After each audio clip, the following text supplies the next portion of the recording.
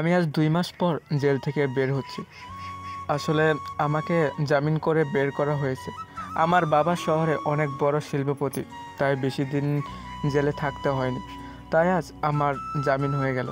আমি জেলখানা থেকে বের হয়ে আনমনে হাঁটতে হাঁটতে বাসার দিকে হাঁটছি।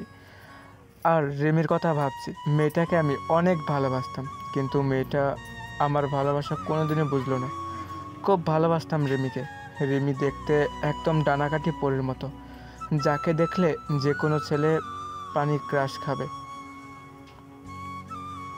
এবার আমার পরিচয়টা দিয়ে নিই। আমি আহনাফ ইসলাম আরিয়ান। আমি অনার্স শেষ করে রেজাল্টের জন্য অপেক্ষা করছি। পরিচয় দিতে দিতে আমার বাসায় চলে আসলাম। বাড়ির কলিং বেল বাজালাম। কিছুক্ষণ পর আমার মা এসে দরজা খুলে দিল। আমি মাকে দেখে অনেক খুশি হলাম। ২ মাস পরে মাকে দেখলাম, কিন্তু মা আমাকে দেখে মুখটা মলিন করে কোনো কথা না ভেতরে ঢুকে গেল।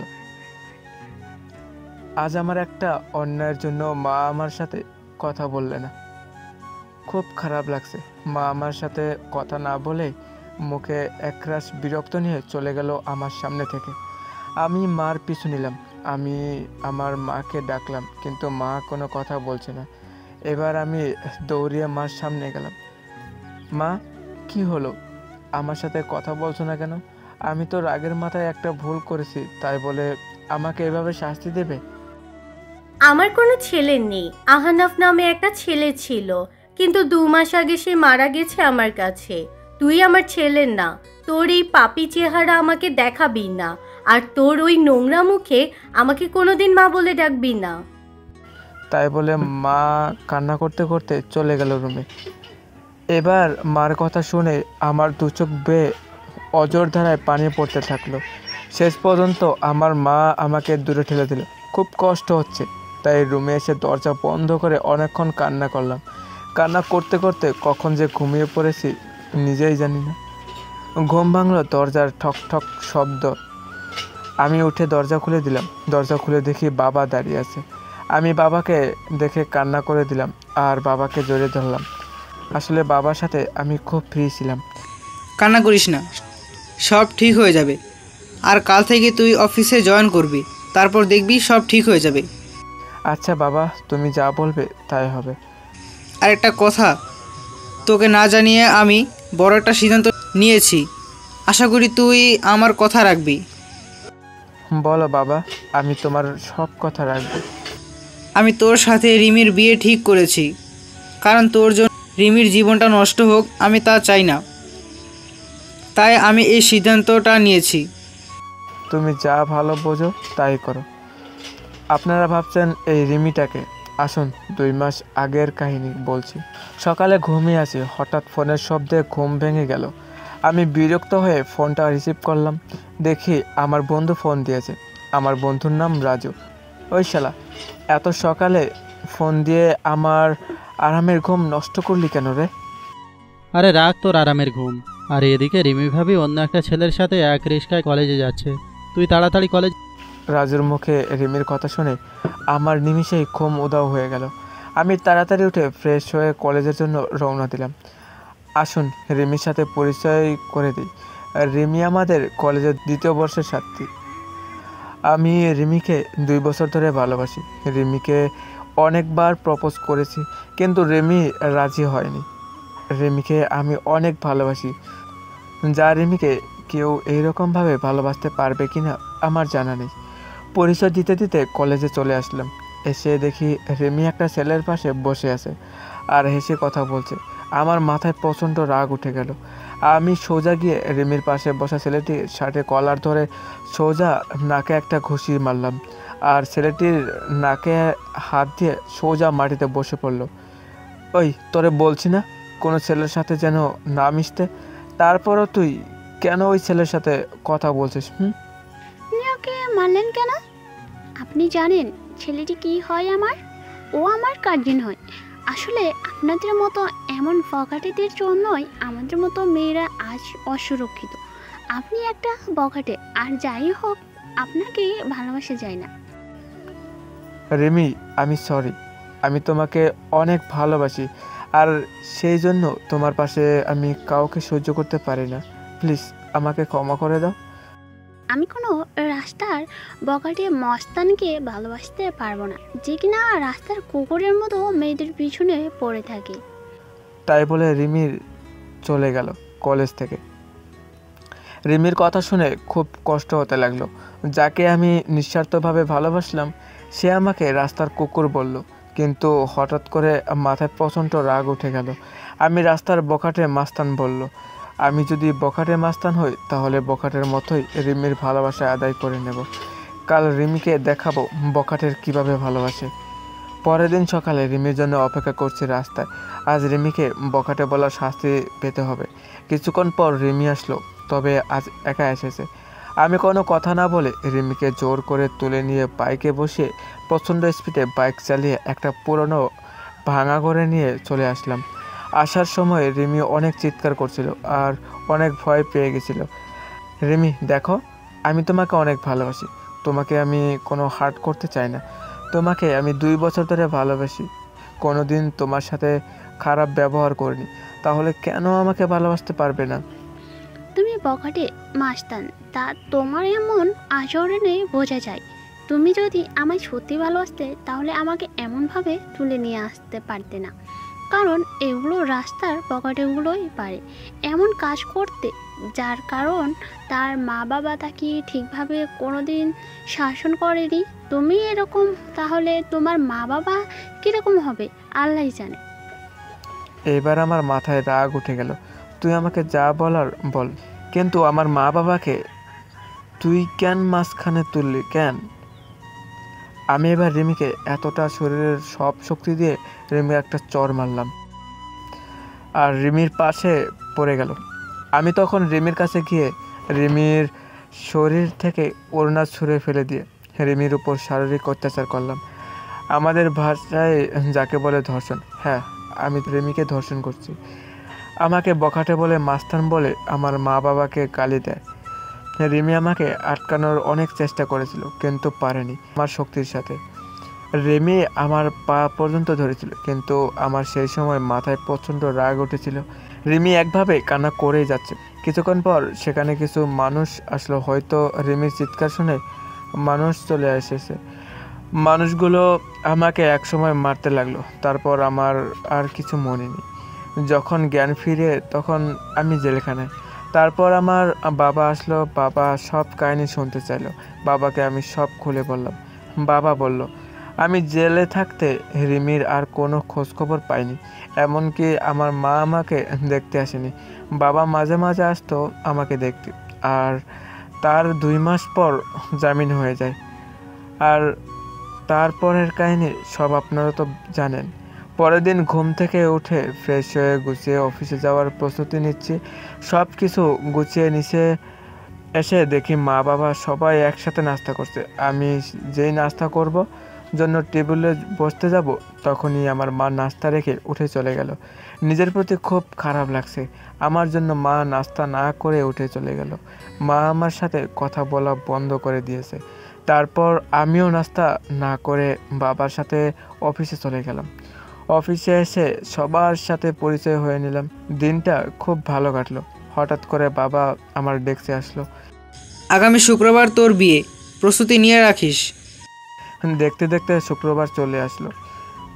কোনো আয়োজন বাদেই বিয়ে হয়ে গেল। শুধু 2 পরিবারের মানুষ ছিল, আর কেউ ছিল না। আমি এখন বাসর ঘরের সামনে দাঁড়িয়ে আর ভাবছি রিমির সামনে কোন মুখ নিয়ে যাব। রিমি কোনোদিন মেনে নিতে পারবে না আমাকে। তারপর 3 টাকার সাহস নিয়ে রুমে ঢুকে পড়লাম। কারণ রিমিকে বিয়ে করার ব্যাপারে কোনো আপত্তি ছিল না, কারণ রিমিকে আমি ভালোবাসতাম। আর আমার রাগের কারণে রিমির জীবনটা নষ্ট হয়ে গেল। রুমে ঢুকে দেখি রিমি বসে বসে কান্না করছে। আমি রিমির পাশে বসতে যাব, তখনই রিমি আমাকে এক ঝটকায় সরিয়ে দিয়ে বলল, তুই আমার পাশে আসবি না। তোর জন্য আমার জীবন নষ্ট হয়ে গেছে, তোর জন্য আমার বাবার মার সম্মান নষ্ট হয়ে গেছে। তোকে আমি কোনোদিনও ক্ষমা করব না, আর তোকে স্বামী হিসেবে কোনোদিন মানব না। তুই কোনোদিন আমার কাছে স্বামীর অধিকার দেখাতে আসবি না। রিমি, আমি তোমাকে এর আগেও ভালোবাসতাম আর এর পরেও ভালোবাসবো। সেদিন রাগের মাথায় ওইসব কাজ করেছি, প্লিজ আমাকে ক্ষমা করে দাও। আমার ঘুম আসছে, ঘুমাবো। আর রাস্তার পকেটে মস্তানের সাথে আমি এক খাটে ঘুমাতে পারবো না। আর যদি আবার রাগ হয় তাহলে আবার আমাকে রাস্তার কুকুরদের মতো ভোগ করে মেটাতো। তুমি খুব ভালোভাবেই পারো। তাই বলে রিমি ঘুমিয়ে পড়ল আর আমি নিচে বিছানা পেতে ঘুমিয়ে পড়লাম। রিমি আমাকে কোনোদিন মেনে নেবে না সেটা আমি জানতাম, কিন্তু রিমি কেন বোঝে না আমি রিমিকে অনেক ভালোবাসি। রিমি বিছানায় শুয়ে পড়লো আর আমি নিচে একটা চাদর আর বালিশ নিয়ে শুয়ে পড়লাম। সকালে ঘুম থেকে উঠে দেখি রিমি এখনও শুয়ে আছে, কিন্তু রিমি অনেক চেঞ্জ হয়ে গেছে। আগে মেয়েটা অনেক সুন্দর ছিল, এই 2 মাসে রিমি অনেক শুকিয়ে গেছে, মনে হয় নিজের শরীরের যত্ন নেয় না। রিমি নড়াচড়া করছে মনে হয়, ঘুম থেকে এখনই উঠে পড়বে। তাই আমি তাড়াতাড়ি বাথরুমে ঢুকে পড়লাম ফ্রেশ হতে। ফ্রেশ হয়ে বাইরে বেরিয়ে দেখি রিমি হাঁটু ভাঁজ করে বিছানার উপর মাথা নিচু করে বসে আছে। কি হয়েছে রিমি, তুমি এমনভাবে বসে আছো কেন? ফ্রেশ হবে না? এবার রিমি মাথা তুলল, দেখি রিমির কান্না করছে। মুহূর্তের মধ্যেটা মনটা খারাপ হয়ে গেল। আমি কান্না করি আর যাই করি আপনাকে না দেখলেও চলবে। যে মানুষটা আমার সব কিছু শেষ করে দিয়েছে, আমার স্বপ্ন আশা ইজ্জত, যে মানুষটা নিমিষেই সব শেষ করে দিয়েছে, তার সাথে আমার একই রুমে থাকতে হচ্ছে। কতটা ঘৃণা করি আপনাকে জানেন? আমি আপনাকে দেখলে আমার মনে হয় যে নিজেকে শেষ করে দিই। আর আজ পরিস্থিতির কারণে আপনি আমার স্বামী, তাই আমি আমার মতো থাকবো আর আপনি আপনার মতো। আর যদি রাস্তার কুকুরদের মতো যদি আবার আমাকে ভোগ করতে চান তাহলে করতে পারেন। বিয়ের আগে আপনি একটা মেয়ের বেঁচে থাকার সম্বলকে ছিনিয়ে নিয়েছেন, তাই আপনাকে আমি ঘৃণা করি আর সারা জীবন ঘৃণা করে যাব। আমি কোনো কথা না বলে সোজা বাইরে চলে আসলাম। কিছুক্ষণ হেঁটে বাসায় আসলাম আর ভাবতে লাগলাম রিমিকে কোনোদিন ইচ্ছের বিরুদ্ধে স্পর্শ করব না। মেয়েটা এই 2 মাস অনেক অপমান সহ্য করতে হয়েছে, তাই রিমি যেন সুখী থাকে, তাই তাকে তার মতো থাকতে দেব। বাসায় এসে দেখি মা আর রিমি রুমে রান্না করছে। মা আর রিমি তারা দুজনে হেসে হেসে কথা বলছে। মনটা ভালো হয়ে গেল যে রিমি মাকে আপন করে নিয়েছে। আমি সোজা রুমে চলে আসলাম, এসে গুছিয়ে নিলাম, অফিসে যেতে হবে। ব্যাগ নিয়ে নিচে এসে দেখি মা আর রিমি একসাথে বসে নাস্তা করছে। আমি একটু না অনেক অবাক হলাম, কারণ মা আমাকে ছাড়া কোনোদিন নাস্তা করেনি। খুব কষ্ট হতে লাগলো। দেখলাম আমার নাস্তাটা টেবিলের একপাশে রাখা আছে। আমি একবার রিমি আর একবার মার দিকে তাকালাম, দেখি তারা মাথা নিচু করে নাস্তা করছে। আমার ভীষণ রাগ হতে লাগলো, কারণ তারা আমাকে একবারও ডাকলো না নাস্তা করতে। তাই আমি নাস্তা না করেই অফিসে চলে গেলাম। গিয়ে আব্বুর সাথে সব কিছু দেখাশোনা করতে লাগলাম। আমি এখন আর বন্ধুদের সাথে তেমন বেড়াই না। দুপুরে লাঞ্চ টাইমে আমি আর বাবা গাড়িতে করে বাসে আসলাম দুপুরে খাবার খেতে। আমি আর বাবার টেবিলে বসলাম। দেখলাম বাবাকে প্লেট ভাত সব কিছু এগিয়ে দিচ্ছে মা আর রিমি, কিন্তু আমার সামনে কেউ কিছু দিচ্ছে না।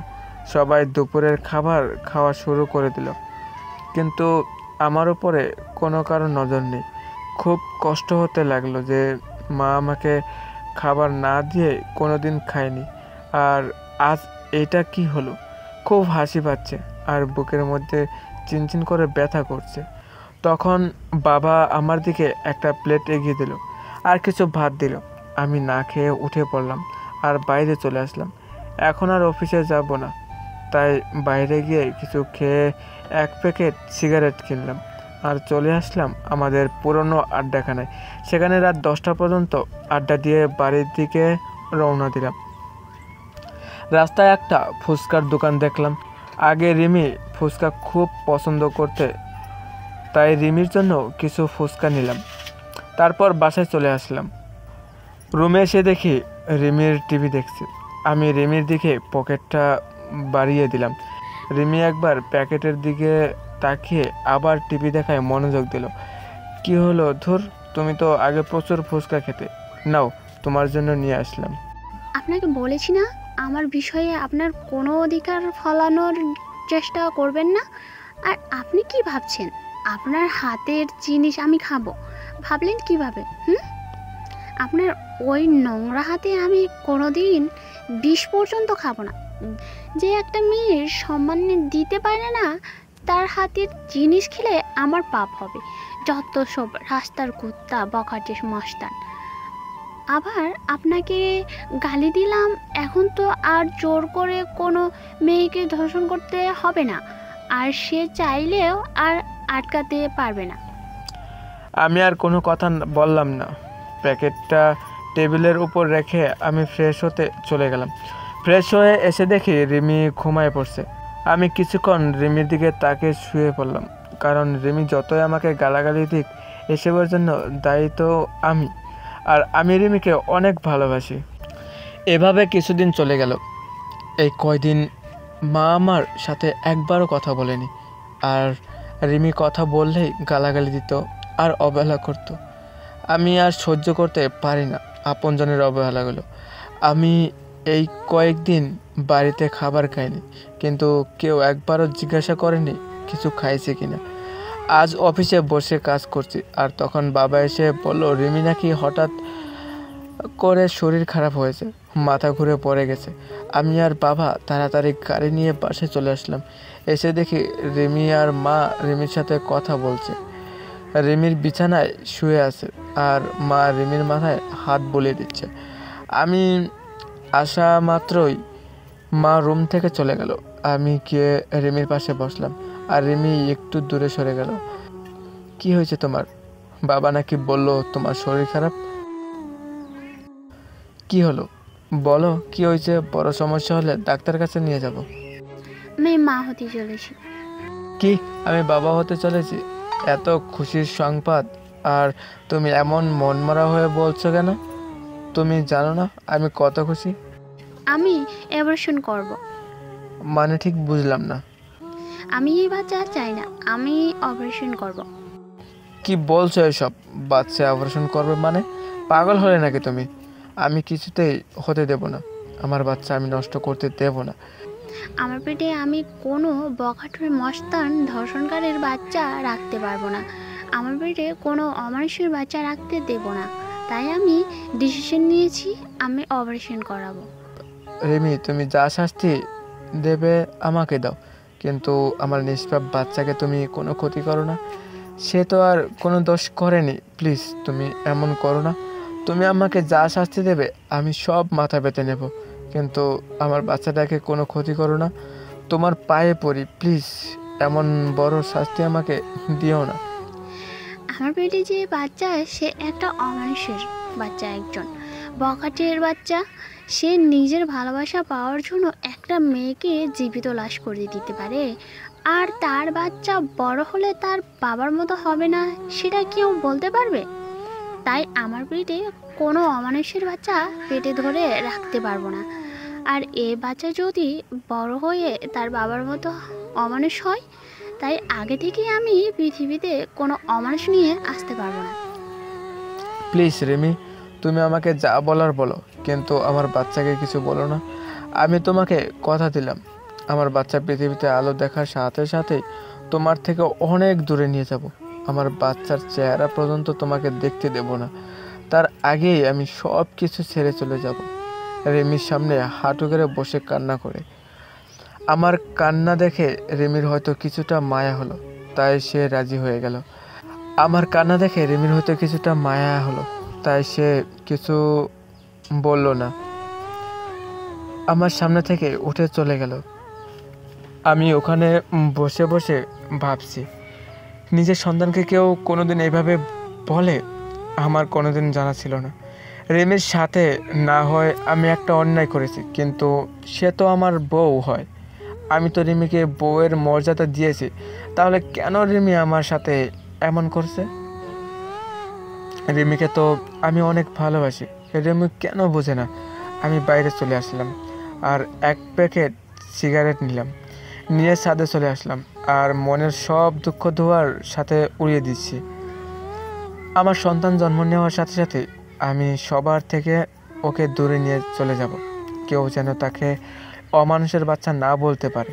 রিমি তো আমার সন্তানকে কোনোদিন মেনে নেবে না, তাই সবাইয়ের বোঝার আগে আমি আমার সন্তানকে নিয়ে অনেক দূরে চলে যাব, চাইলে আর খুঁজে পাবে না। সিগারেট শেষ করে নিচে চলে আসলাম। এসে দেখি সবাই একসাথে বসে রাতের খাবার খাচ্ছে। আমার মনটা আবার খারাপ হয়ে গেল। আজকেও আমাকে না ডেকে সবাই একসাথে খাওয়া শুরু করে দিয়েছে।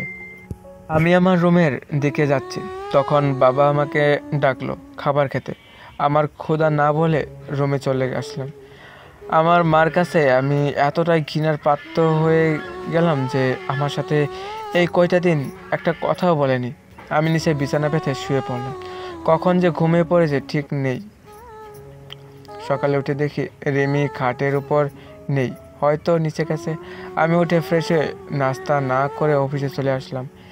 বিকালে অফিসে শেষ করে বাসে আসার সময় রিমির জন্য কিছু জিনিস নিয়ে আসলাম। কিছু ফল আর মাদার হরলিক্স আর অন্যান্য মায়ের শরীরে উপকারে আসে সব কিছু নিয়ে আসছি। তখন অঝোর ধারায় বৃষ্টি হতে লাগলো। আজ খুব বৃষ্টিতে ভিজতে ইচ্ছে করছে। অনেক দিন বৃষ্টিতে গোসল করিনি। আমার আবার বৃষ্টিতে ভিজলে জ্বর ঠান্ডা লাগে। আমি কোনো কিছু না ভাবে একভাবে হেঁটে চলেছি। বাসায় এসে কলিং বেল বাজালাম, দেখি আপু দরজা খুলে দিচ্ছে। কি রে, তুই বৃষ্টিতে কেন ভিজতেছিস? তোর জ্বর আসবে। কিছু হবে না, অনেকদিন পর বৃষ্টিতে ভিজেছি তাই ভালো লাগছে। আমার রুমে চলে আসলাম। এসে দেখি রিমি জানালার গ্রিল ধরে এক মনে বাইরে তাকিয়ে আছে। আমি রিমিকে ডাক দিলাম। রিমি আমার দিকে তাকালো। আমি রিমির হাতে ফল আর হরলিক্স প্যাকেটটা দিতে যাব, তখন রিমি চিৎকার করে রেগে বলল, আপনাকে এইসব আনতে বলেছে কি? এইসব ঢং করার কোনো দরকার নেই। আমার জীবনটা শেষ করে এখন নাটক করতে আসছে। যত সব ঢং দেখালে বাঁচি না। আর আপনি ভাবলেন কি করে একটা অমানুষের হাতের জিনিস আমি খাবো? যদি সারাদিন না খেয়েও থাকি তবু আপনার মতো একটা মানুষের কোনো জিনিসও খাবো না। রিমি, আমি এসব কিছু আনতে চাইনি, শুধু আমাদের বাচ্চাটার জন্য নিয়ে এনেছি। তুমি আমাকে যেভাবে শাস্তি দেবার দাও, আমাদের বাচ্চাটাকে কোনো শাস্তি দিও না। তুমি এইগুলো আমার বাচ্চার জন্য নিয়মিত খাও। আমাদের বাচ্চা মানে শুধু আপনার বাচ্চা, আমার কোনো বাচ্চা নেই। তাও আপনার মতো একটা জানোয়ারের বাচ্চা নেব আমি? কোনোদিনই সম্ভব না। আচ্ছা, শুধু আমার বাচ্চা, তোমাকে বাচ্চার মা বলে আমি কোনোদিনও পরিচয় দেব না। তুমি নিশ্চিন্তে থাকতে পারো। শুধু আমার বাচ্চাটার জন্য এইগুলো নাও। এবার রিমি রাগী মুখে আমার হাত থেকে প্যাকেটটা নিয়ে অন্য রুমে চলে গেল, আর আমি ফ্রেশ হতে চলে গেলাম। ফ্রেশ হয়ে এসে দেখি রিমি বিছানায় শুয়ে পড়ছে। আমি ফ্লোরে বিছানা পেতে শুয়ে পড়লাম। মাঝরাতে আমার শরীরে কাঁপুনি দিয়ে জ্বর আসলো। আমি একটা চাদর নিয়ে শুয়ে পড়লাম। যখন ঘুম ভাঙলো তখন দেখি সকাল 12টা বেজে গেছে, আর আমার পাশে বাবা বসে আছে আর মাথায় পানি দিচ্ছে। তাহলে সারা রাত আমার শরীরে জ্বর ছিল, কিন্তু রিমি তো জানার কথা যে আমার জ্বর এসেছে। হয়তো রিমি আমার উপর ঘৃণা করে আমার শরীরে হয়তো স্পর্শ করেনি। বাবা, তুমি এখানে? রিমি মা কোথায়? সকালে অফিসে গিয়ে দেখি তুই আসিসনি, আবার ফোন বন্ধ। তাই আমি বাড়িতে এসে দেখি তুই জ্বরে শরীরে কাঁপুনি দিয়ে উঠছে। তাই আমি মাথায় পানি দিয়ে দিচ্ছি। আসলে বাবা সব জানে যে রিমি আর মা আমার সাথে কথা বলে না, তাই হয়তো বাবা আমার খোঁজখবর নিচ্ছে। আমার চোখে দিয়ে কয়েক ফোঁটা পানি বের হয়ে গেল। আমার মার জন্য আমার উপর একটু মায়া হলো না। আর রিমিকে তো আমি নিজের থেকেও বেশি ভালোবাসি। তাহলে রিমি অন্তত একটু দেখতো যে আমি মারা গেছি না। বাবা, কিছু খাবার নিয়ে আসবে? রাতে থেকে কিছু খাওয়া হয়নি। একটু বস, আমি বৌদিকে দিয়ে পাঠিয়ে দিচ্ছি। না বাবা, দরকার নেই, আমি বাইরে থেকে খেয়ে নেব। আমি সব বুঝি রে বাবা, মেয়েটা তোকে এখনও ক্ষমা করতে পারেনি। আমি নিয়ে আসছি খাবার। তাই বলে বাবা চলে গেল নিচে খাবার আনতে, আর আমি বিছানায় শুয়ে আছি। তখন রিমি রুমে আসলো আর আমার দিকে একবার তাকিয়ে নিজের কাজ সেরে আবার রুমের বাইরে চলে গেল। আমি যে মেয়েটাকে নিজের জীবনের চাইতেও বেশি ভালোবাসি সেই মেয়েটা আমার প্রতি একটু মায়া কাজ করে না। যেদিন আমি থাকবো না সেদিন বুঝতে পারবে কতটা ভালোবেসেছিলাম আমি তোমাকে। সেদিন হয়তো আর আমাকে পাবে না, সব কিছু মায়া ত্যাগ করে চলে যাব। তখন আমার উপরে আর কারো রাগ থাকবে না, কেউ আমাকে অমানুষ জানোয়ার বখাটে বলবে না। তারপর বাবা আমাকে খাবার দিয়ে গেল, আমি খেয়ে নিলাম। তারপর বিকালের দিকে একটু শরীরটা ভালো হলো, আমি আস্তে আস্তে উঠে বাইরে চলে আসলাম আর কিছু খেয়ে নিলাম। এভাবে চলে গেল 2 দিন। এই 2 দিন আমার শরীরে হালকা জ্বর ছিল, কিন্তু মা রিমি কেউ আমাকে দেখেনি, সবাই অবহেলা করছে। এখন কেমন যেন নিজেকে শেষ করে দিতে ইচ্ছা করছে। নিজের আপনজনের এমন অবহেলা সহ্য হচ্ছে না। আমি বাসায় খাবার খুবই কম খাই, বেশিরভাগই বাইরে খাই। আজ আবার একটু অফিসে আসলাম, এসে কিছু কাজ করে বাসায় আসার সময় রিমির জন্য কিছু জিনিস কিনলাম, যাতে আমার বাবুটা রিমির ভেতরে সুস্থ থাকে। মা আমার সাথে একদম কথা বলা বন্ধ করে দিছে। আমি আগ বাড়িয়ে কথা বলতে গেলেও মা কথা বলে না, আর রিমি আমার সাথে যখনই কথা বলতে আসে তখনই রাগ দেখিয়ে আর গালাগালি করে। এভাবে চলে গেল 7 মাস। এখন রিমি একটু একটু করে নিজের শরীরের ওপর যত্ন নেওয়া শুরু করছে। হয়তো নিজের সন্তানের তাই একটু মায়া হচ্ছে। এখন রিমি যা যা প্রয়োজন সব বাবাকে বলে, আর বাবা আমাকে বলে, আমি সেগুলো নিয়ে আসি। মাঝে মাঝে দেখি রিমি নিজের পেটে আলতো করে হাত বোলায় আর নিজে নিজে কথা বলে, খুব আস্তে আস্তে কথা বলে। আমি শুনতে পারি না, মনে মনে নিজের সন্তানের সাথে কথা বলে। এসব দেখে খুব ভালো লাগে যে রিমি তার পেটের সন্তানকে একটু একটু করে ভালোবাসতে শিখেছে। হাজার হলেও মা সে। আর রিমি আগে সব সময় কেন মনমরা আর উদাস হয়ে থাকতো, এখন আর আগের মতো থাকে না, আবার আগের মতো স্বভাবটা ফিরে আসছে।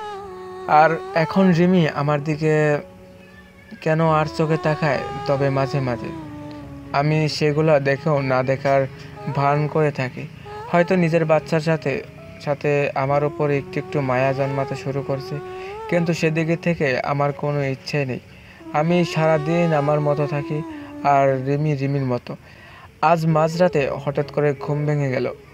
উঠে দেখি রিমি ঘুমিয়েছে, আর এতটা হাত রিমির পেটের উপর।